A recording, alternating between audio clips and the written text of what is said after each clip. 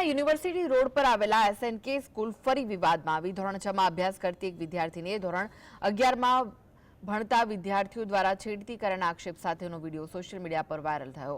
ત્યારે આ મામલે ABVPના કાર્યકરો અને હોદ્દેદારો સ્કૂલ પ્રિન્સિપાલને રજૂઆત કરવા પહોંચ્યા, પરંતુ ABVPના કાર્યકરોને સંસ્થાના દરવાજા પર જ અટકાવી દેવામાં આવ્યા, જે બાદ કાર્યકરો દ્વારા ભારે સૂત્રોચ્ચાર કરવામાં આવ્યો।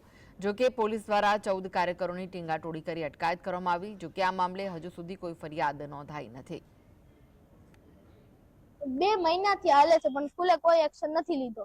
11th સ્ટેન્ડર્ડના છોકરાઓ એમને બુલી કરે છે અને અમારી ઉપર રોજ રોપ જમાવે છે, જેમ ભાવે અમારા મા બાપને કહે છે। અને આજે 2 વાર, કાલે પણ એ લોકો એમને માર્યા હતા અને આજે પણ એ લોકો એમને માર્યા છે। પૂરી હાલત આખી ખરાબ થઈ ગઈ છે, માથું એવું દુખે। સ્કૂલ વાળાઓએ 5મી વાર કમ્પ્લેન કરી તો કોઈ એક્શન લેવાતું નથી, એટલે હવે અમે પોલીસ કમ્પ્લેન કરવા આવ્યા છીએ। તો આ વિશે વધુ માહિતી માટે જોડાઈ ગયા છે સંવાદદાતા લકીરાજ। લકીરાજ, જે રીતે ધોરણ 6 માં અભ્યાસ કરતી વિદ્યાર્થીને આક્ષેપો કર્યા છે, શું વિગતો મળી રહી છે?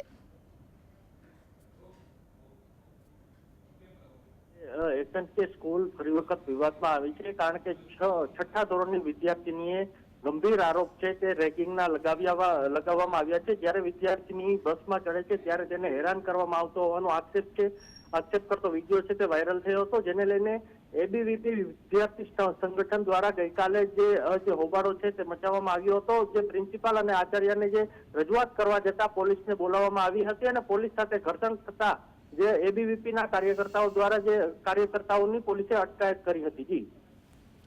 જી, આભાર માહિતી આપવા માટે।